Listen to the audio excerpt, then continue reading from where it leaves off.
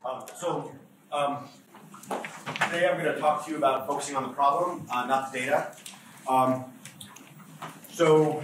Yes, I was a real police officer and detective. I think Amanda from Purina mentioned finding a body on the second page of Google. I could actually do that.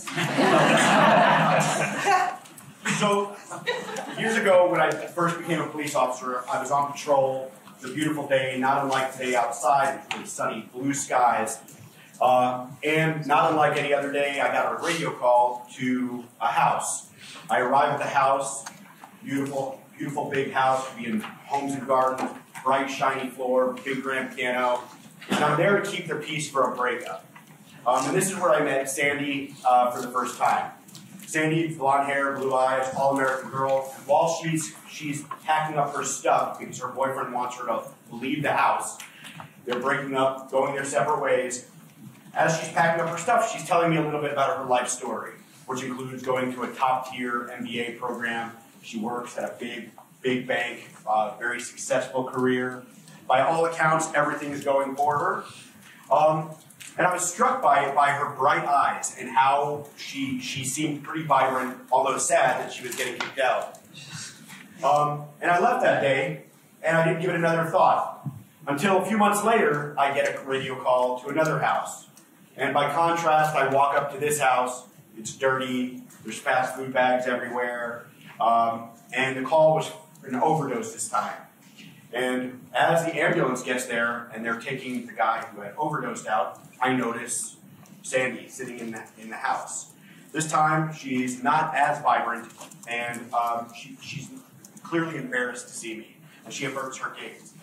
And I look at her, and I notice that, yes, she's a little dirtier. She's got some signs of drug use. Things clearly aren't going great for Sandy at this point. And I talk to her briefly. She says everything's fine, nothing else. And at this point, I'm struck because prior, everything's going for her. I notice this. I leave, and I'm a little bothered by this now. Until several months later, when I'm driving on the night shift now, driving down to St. Louis Street, and I pull up to a downtown in an area, and I look to my right, and there's Sandy sleeping in a doorway. Now, what happened to Sandy is the path to addiction. She had an event happen, she got addicted to heroin, and she ended up sleeping in the street. But all the data in the world on paper would have suggested a different outcome for Sandy. So the takeaway, the one takeaway from today, is I want you to focus on the problem, not on the data. Which brings me to Nokia. And although Nokia's story is a little different than Sandy's, a lot of it's the same. 2007, Nokia is flying high. They're doing great. They have 50% of the cell phone market. I mean, that's fantastic, right? Come 2009, you have the Black Eyed Peas, #1 selling with Boom Boom Pow. Avatar, at the time, #1 grossing film of all time. Now, it's #2 because #1, does anybody know? Yeah, Endgame! I should get bonus points for like a Starbucks star or something. And then the battle begins to rage between Nokia phones and what many people, I bet you, how many people have an iPhone in here? Yeah. You wouldn't have had that in 2007. But what happened is Nokia was battling some internal demons themselves.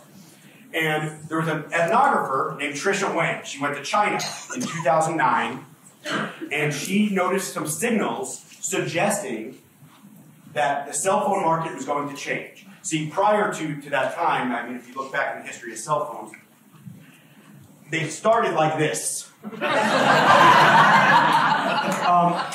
didn't end that way, though. Now, they're small, they pack more punch than what got us to the moon. But at the time, Tricia noticed that, wait, the new cell phone, the new trend with cell phones without a keyboard were taking hold, and not just in high-income markets. Now, that's a pretty big finding. What happened is this ethnographic study was relatively small. And Nokia, they said, we have millions of data points. What could your small study possibly tell us about the cell phone market? We don't buy it. We trust the data. And that's what happens. So from 2007 to 2013, they went from a 50 share to less than a 5 share because they didn't listen. And what happened fundamentally was they didn't focus on the problem. They focused on the data. So focus on the problem, not the data. More data that you have, more data does not necessarily solve problems better. Okay, that's a fact. So now here's the interactive part of the presentation. Right? I want everybody to, for a moment, pretend you're a turkey. You don't have to gobble, but you'll pretend you're a turkey. So think about day one, you're living on a farm, you have grass underneath your feet, the farmer comes out every day, he feeds you, gives you water. Day 2, same thing. Day 3. So by day 500, you're feeling pretty good, it's sunny, it's nice. Day 600, day 800, all the way up until a day 1001. And on that day, your worldview profoundly changes. You are no longer looking at the world as in like, oh, the farmer's great. The farmer came out, and well, your day got bad. Now, for all of us, our day got a little bit better. It's Thanksgiving turkey. But it's the problem of induction. It's using the past to predict the future. So the turkey got used to this whole line of past data to predict this. And the turkey couldn't even imagine what was going to happen. This is why businesses should be looking at foresight and trend systems. They should be looking toward the future. You can't predict the past from the future always. So focus on the problem, not the data. And what I would tell you is take caution when trying to predict the future from the past. Which brings us to Abraham Wald. Abraham Wald was a brilliant mathematician in World War II.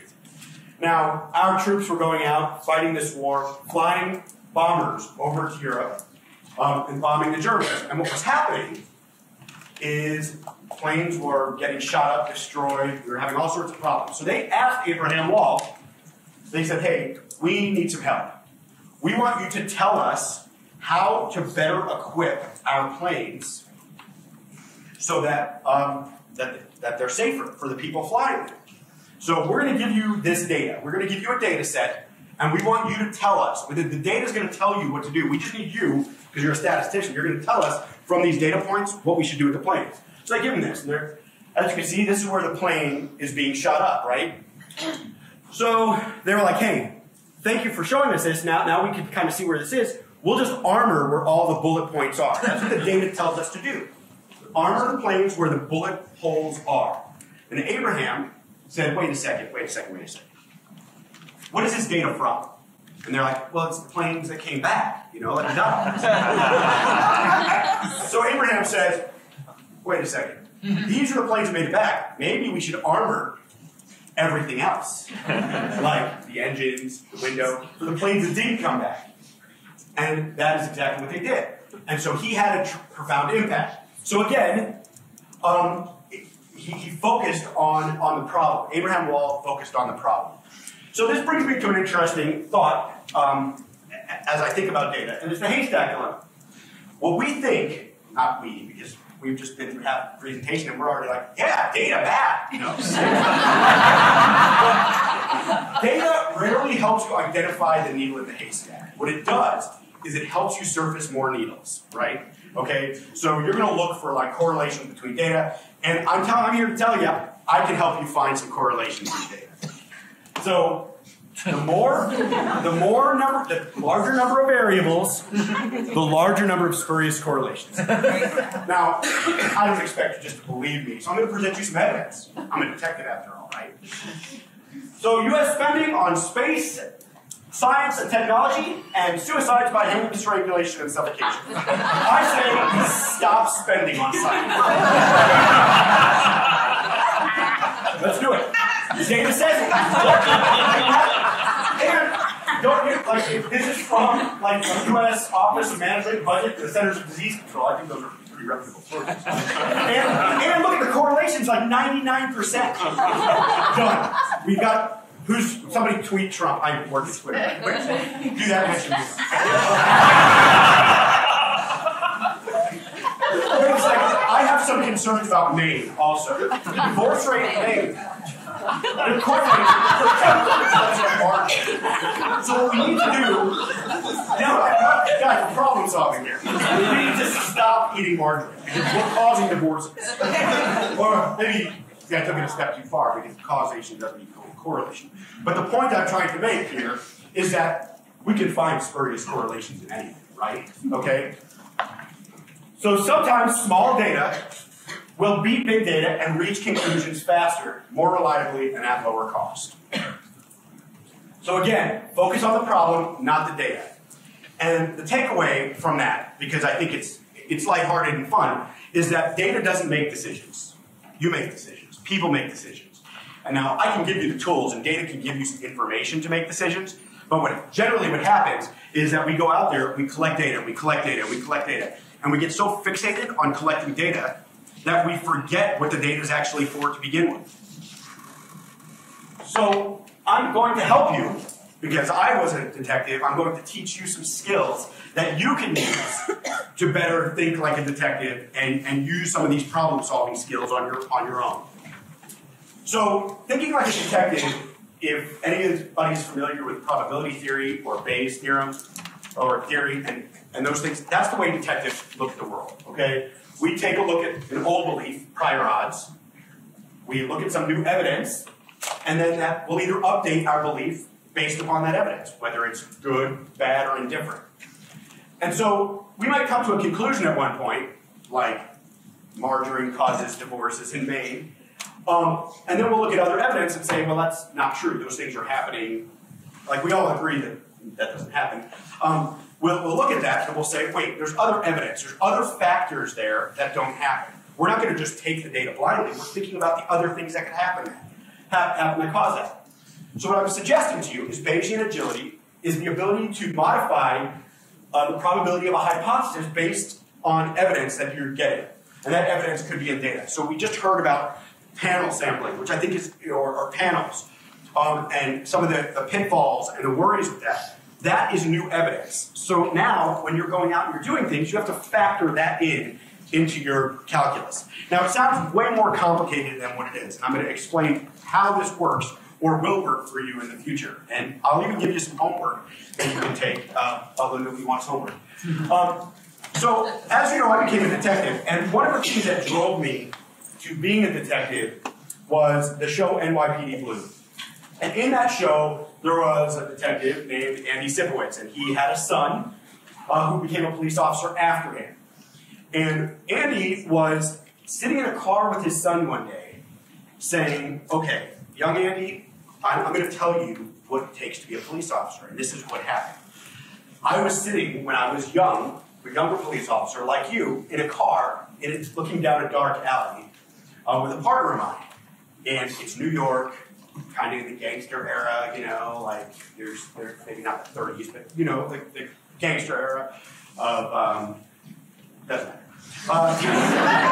Gangster era, he notices a Cadillac pull up into this alley, and he's watching with his partner, and he's amped up. And as somebody who was a police officer, I get this. You know, you're watching something happen, you're like, I'm going to do something. He sees his Cadillac pull up, he sees these guys get out. He gets out of the car to investigate. These guys walk in to this factory, and it looks like a building. Now, he's relatively new to he's been in this area, but he hadn't learned the lesson he's about to teach his son. These guys come out of the factory carrying Tommy machine guns, submachine guns. And he pulls out his gun, and he tells him, I almost shot those guys. And by the grace of God, he didn't. Because what they came out of was a toy factory carrying toy submachine guns for their kids. Now, what Andy was teaching his kid, or his son, to be a police officer, is that context matters. And context, for us and for police officers, comes in the form of people, places, the things they do, and the times they do them. People, places, the things they do, and the times they do them. Now, I use that as the example because in marketing and in market research, it's the same thing. It's people, your customers, the consumers, places, the places they do that, the customer experience, the things they do, like what are they trying to buy, what is the job to be done, what are they trying to accomplish, and the time they do that. Like, are they shopping at night, are they shopping at day, are they shopping at Christmas, are they not shopping at Christmas? All of those things matter. And the point I would make to you is that context absolutely matters. So Andy told his son this because that is a foundation of understanding understanding how to think like a detective. So what I would posit to you in this room is that there's two types of decisions, and we've heard it throughout today, and we'll hear it into tomorrow. And what we should have, one of the takeaways is that there's reversible decisions and there's irreversible decisions. There's decisions you can't back at, like in the worst possible sense, dropping the atomic bomb. You can't back at it. But in reversible decisions, we've heard brands say that we've launched products, they've failed, and we backed out. And a lot of times, in our minds, we're thinking, well, if we launched a failure, that's really bad, that's irreversible. It could cause equity damage to our brand. It could cause all sorts of problems. And I'm here to tell you that we need to rethink those types of things, because what I'm suggesting is that you should be willing to make decisions faster, with more agility, with less information and less data. We should be less focused on data and more on decision making. And we need to start rethinking what are the types of decisions that we're making. Are they reversible or are they irreversible? So, enter Febreze. Febreze did just this. So Febreze, I don't know if any of you are familiar, but Febreze, the successful brand that it is today, is not the successful brand that it started as. In fact, when it launched, Febreze sales disappoint. They should consider terminating the product. Sales goals were unmet every week. Procter & Gamble said it.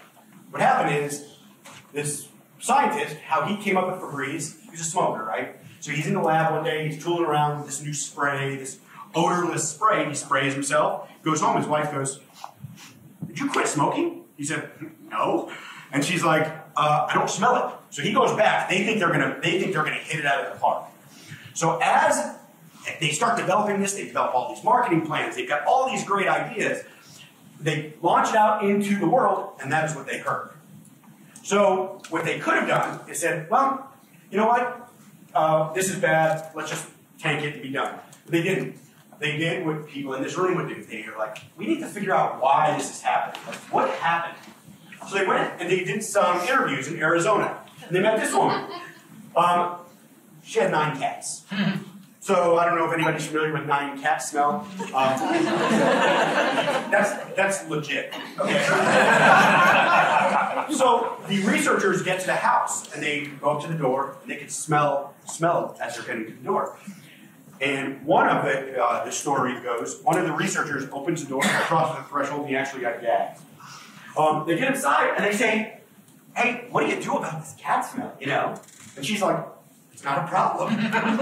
They're like, "Not a problem. Do you smell it now?" And she said, "No, it's wonderful. My cats hardly smell at all." And that's when it hit them. Odors like that, the people who have the cat odor, she didn't smell it. They smelled it. So it wasn't a problem to her. It was a problem to people visiting her. So Febreze, which started out odorless, they decided to pivot. And now, instead of making it like an odorless liquid that makes it better for you at your home, it's a reward. They built into a habit cycle where you spray it, and now it smells good, so you've rewarded yourself for cleaning. Their research turned them onto this, and of course, as you know, Febreze sales explode. 200 million one year, 1 billion today. Those guys probably did buy their Ferraris. Good for them. Not so good for, I wasn't working at Procter & Gamble. But the point I would make is that they were able to pivot. They were able to look at something. They looked at a problem because the data said it was going to fail. So they could have just said, "Oh, well, the data says this isn't working. It's not selling." Instead, they looked at the problem. They went and investigated with a small sample to begin with. I'm sure they did some surveys at the end of this to figure this out. So the point I would make is that people are getting caught up on the quantity side of the equation rather than the quality of business insights that analytics can unearth. So it goes back to the ultimate, the fundamental thing I'm saying. Focus on the problem, not on the data. So now I'm going to ask this. What do all, because we're talking about decision making, right? What do all of these jobs have in common?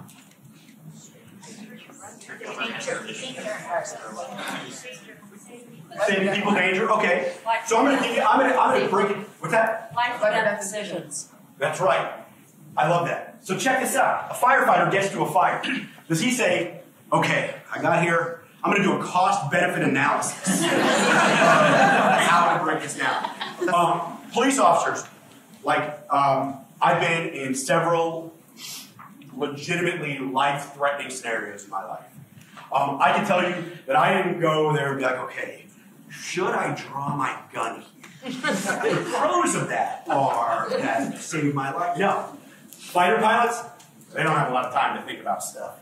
I'll tell you all this. I was not at the Osama bin Laden raid, but I can tell you for certain. The Navy SEALs didn't arrive there, break out a table, sit down, and be like, okay, let's talk about the ways that this could go right and the ways that this could go wrong. No, what happens is all of these people became trained to make decisions with the information they had, which is what I'm presenting to you today. It's called naturalistic decision making, and it happens when you practice it. I didn't become good at police work by just reading it in a book and never practicing it. I became good at it by actually making decisions and by actually going through those things. If you go, remember back to what I said about reversible versus irreversible decisions, most decisions are reversible. So take the risk of making decisions with the data you have. And what's good is that there's going to be plenty of time for you, just like for a lot of these guys, mainly on the police and military side, for everybody to Monday morning quarterback you anyway. Joking aside, it's okay to make decisions, it's okay to make mistakes. What it's not okay is to get vapor locked and hung up on not making any decision because you need more data, you need more data, you need more data, and data locks you up. So focus on the problem, not on the data. So I wanted to leave a little bit of time for questions, so I come through that, but it's long been an axiom of mine that the little things are infinitely the most important. As a detective who happens to be a consumer psychologist, I like to say that I'm the world's only consulting detective focused on consumer and market behavior. And so with that, I would like to open it up to any questions, or if you want to challenge my thinking, I'm going to have to. Sweet. Would anything have changed what happened to Sandy based on what you're talking about today? So that's an interesting, maybe. I think, I'll give you the statistic, the answer any statistician would give you. It depends. What they would say is, could something have changed with her if there was some sort of signal or some data point that could have suggested that? Perhaps. But at the time, there were no warning signs that Sandy was going to go that way. But what I would argue is, do we need 100 Sandys to tell me that Sandy would be at risk? If you knew that, like Sandy, that day, if I had known Sandy was going to be homeless, or Sandy had a predisposition to drugs, or Sandy had something, would I need to find other Sandys to start helping Sandy, or could I just help Sandy? That would be the argument I would make. Like, I don't need 100 Sandys. One should be enough. And that's a data point. Yeah, I guess in our language, that's a data point. But sometimes a data point could be enough to make a decision.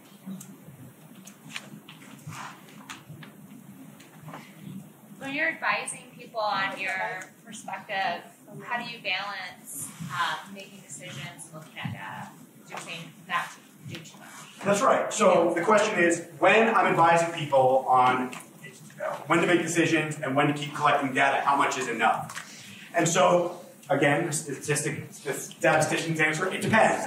Joking aside, it is really situation-based. Certain scenarios, you're going to want certain data to make that decision, but I feel, certainly in the tech space and in other spaces, it should feel a little uncomfortable to make a decision, because you could be wrong. I mean, you could be right, but humans are conditioned to dislike loss twice as much as they like gains. So we're going to be more careful about losing than we are about gaining. And so what I would say is make it enough that you can comfortably make a decision, and it would depend on the decision. So, there are brands, we've heard from brands that are multi-million dollar brands. Yeah, I don't want you to go out and make a careless decision and lose hundreds of millions of dollars because you tank your brand. But there are decisions where it's okay to go out and make a decision and not do that. I mean, I like to think of Nike as a decent example of that. They backed, like they did the Colin Kaepernick promotion, everybody held their breath, everybody. And then there was a little bit of backlash, but they stuck with it. They made a decision. They didn't go out and run focus groups for weeks to figure out how that would go, and it turned out okay. And a lot of companies have to do that. United Airlines, when they kick the hell out of that dude on the plane, they have to make a decision quickly. They couldn't be like, let's run focus groups for weeks and just let this fester. So I would argue that there's some factors that go into that. How much of what you're saying is telling us to base our decision on instinct? Because I know that a lot of your colleagues would say, do not go with your gut. Gut is biased, it's wrong, and it's going to get you into a lot of trouble. So yes and no. So what I would say is, if you're a new graduate and you're learning marketing or market research, you should be working with people who have some experience and who are going to train you to do that. Much like the firefighters and police officers. My first day as a police officer, they didn't just kick me out and say, good luck. I rode along with somebody for a while. I learned the ropes. But over time, you're going to learn things that function the way they do in certain environments and contexts. And by way of that training, you should trust that training. It's what keeps people like fighter pilots and everybody alive, is because they do trust that. They don't.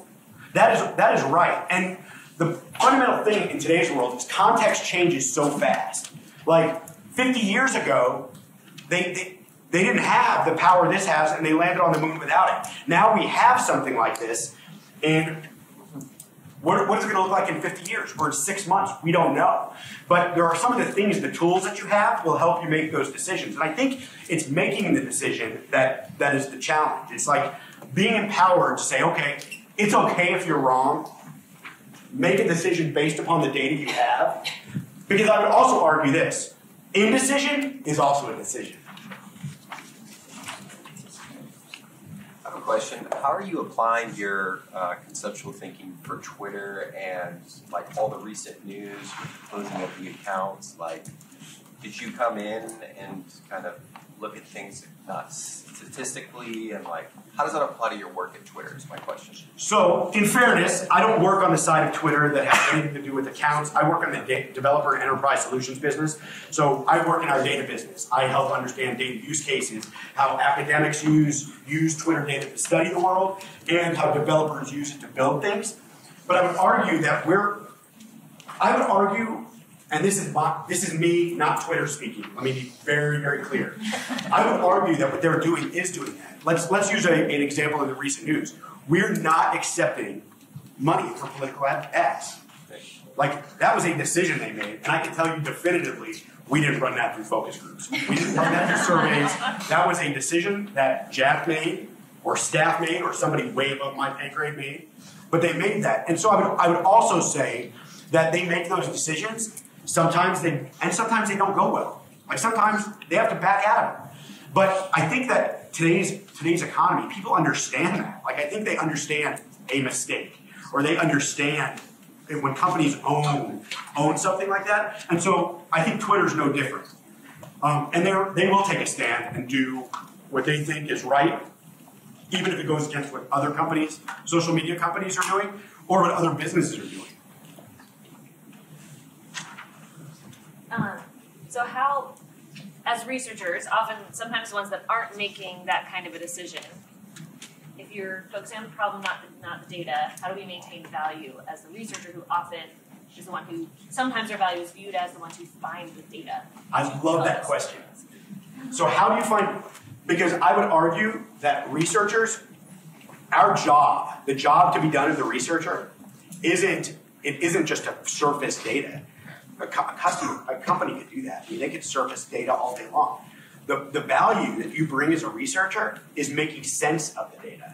So, like, the reality is even researchers, and I'm going to blast all of us here, we've gotten so fixed on parametric statistics that we forgot that there's a whole other brand called non-parametric statistics. The t-test is based on, and that's not a non-parametric statistic. T-test is a parametric statistic. But the t-test was based on a sample size of 30. Like, why? When did this become, like, we need the biggest sample possible? I even have this at Twitter, where I'll go into, like, the quant team, I'm like, hey, what kind of sample do we need? Well, let's just get the biggest one we can get. Why? Like, that's the value you bring to your client is, hey, What are you trying to do? Why are you trying to do it? And then here's the data. Let me help you make sense of this. Like, what happened with Febreze? Let me help you make sense of what's happening there. I think that's the value you bring. It's not data gathering. It's sense making. Thank you.